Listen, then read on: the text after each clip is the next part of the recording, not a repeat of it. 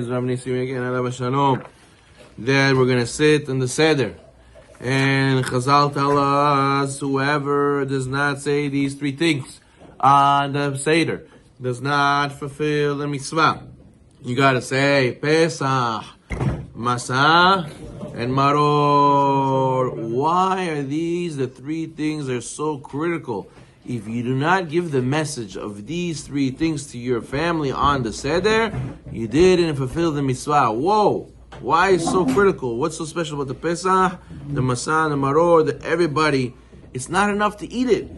You got to sit there and explain it. It's part of the Haggadah. You got to pick it up, the Masa, pick it up, the Maror. Okay, the Pesach we don't pick up. Zecher, the Shenkbon, Zecher, the Korban Pesach we don't pick up. But you got to explain it. You got to go and teach it to them. Why is it not enough to just to eat it? So therefore, he says that we have to know that the Pesach is part of the Pasuk. So Amar lach bedamai chayi, right? I saw you wallowing in your blood. But you should know that through your blood you will live, and through your blood you will live. What's the two bloods? Brit Milah and Korban Pesach. What does it mean that we do Brit Milah? The Zohar says unbelievable things. It says that we're improving ourselves, removing the Orla from ourselves. But more than that, this gives such a protection of Am Yisrael that we say we give our children our most prized possession. They give blood for you, Hashem. They give their blood for you. And therefore, this sacrifice, Hashem goes and nullifies many bad decrees against us. Even Eliyahu Navi, he says, I don't want to come to the Brit. What if there's sinners there?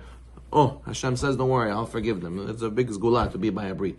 But you see that the blood, the sacrifice of giving yourself over, self-sacrifice, is a humongous. Where do we see by Pesach self-sacrifice? They had to take the lamb.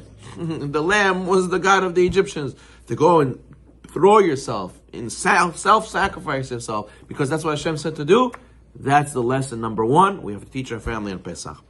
I told you that in the Novardikers, in Novardik Yeshiva, to work on themselves, Musar, they used to tell them that you have to, as part of humbling yourself, you have to go into a grocery store and ask for screwdriver and ask for nails, or to go into a hardware store and ask for groceries.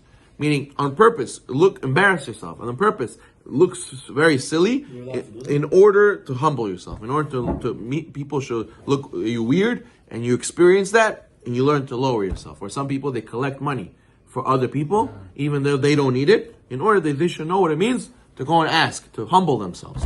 So that is not lesson number one. We have to give to our family. Then after that, what do we have? Masa. What is Masa? Masa is this, that they left. And they didn't have time for the thing to rise. So they baked it very fast, and they left how it was, right? Within 18 minutes, they're ready to bake it, and they left. What does that teach us? What's the difference between Masa and Hametz? They're both flour and water. Only difference is time, and time really changes, it physically shows how? Rising of the bread. The rising of the bread, the Gemara says, Brachot, that one of the Tanaim used to pray in the Amidah, personal prayer. Yirason, Hashem, protect us from Seor Shebaisa. Protect us from the leaven in the dough. What's the leaven in the dough? Protect us from being like the dough that becomes Noz Naverch. Right? That we shouldn't be Ga'ava. We shouldn't think ourselves so big. And what's the difference? At the end of the day, it's just full of hot air. If you poke the hole in the bread, it goes down. And therefore we learn from the Masah that the only way you're going to be able to become close to Hashem is you got to be humble. A guy who does not like to listen to other people talk, he doesn't like to, he waits for, I want to talk, I don't want to hear what anybody else's opinion is, he's not going to want to hear Hashem's opinion. So therefore, the Masah, it's not enough to eat it. You got to explain to your family. The Masah teaches us to be humble and not to be like the Hametz. Hametz, all year round, you can eat. That Ga'ava won't affect you, because you know why? The Arizal says whoever is careful not to eat a speck of Hametz on Pesach, the whole year he won't do a sin. Why? This time of year, Pesach, it's such a sensitive time for our neshama. We're reborn. On Pesach is the beginning of the year. We became a Jewish people. If you, on this special sensitive time, you're careful from even a speck of Hametz, so you have no Ga'ava now. And when do we do sins during the year? Because we have Ga'ava, we have holiness, we think we're better, we know better than Hashem. So therefore, if you're working humility on Pesach, you'll have this humility the entire year. And the last thing we have to eat is, and explain, is the maror. Maror is the suffering. It's also like Mesirat Nefesh, but it's the bitterness that things happen to us. A lot of times people get turned away from Hashem because of the bitter things that happen to them. And we have to realize that the maror, interestingly, how does it start off? The Gemara says that we take hasa, we take lettuce, but the lettuce, it starts off sweet in the beginning, and if you let it stay in the ground for a long time, it becomes bitter, right? So you see that bitter and sweetness is on the two sides of the coin. A lot of times things that are bitter, if you really wait, and you will see that afterwards it becomes sweet.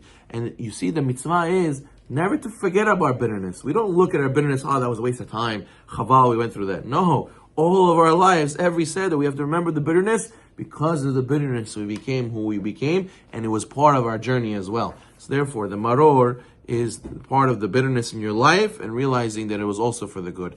And then what do? The next step? Korech Hillel, who was number one humble person. Hillel's main midah was humility. That's why the halacha was like him over Shammai. And what does Hillel say? How do you fulfill the mitzvah?